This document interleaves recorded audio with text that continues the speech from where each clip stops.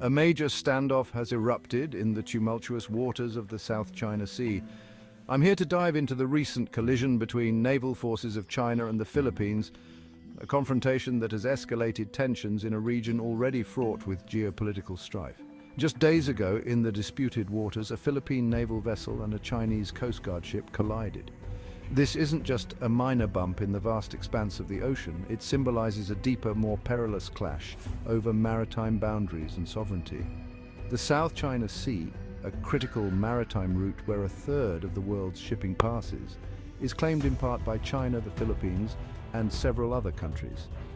The area is rich in resources like fish and potential oil and gas reserves, making it a hotbed of conflict and strategic maneuvers.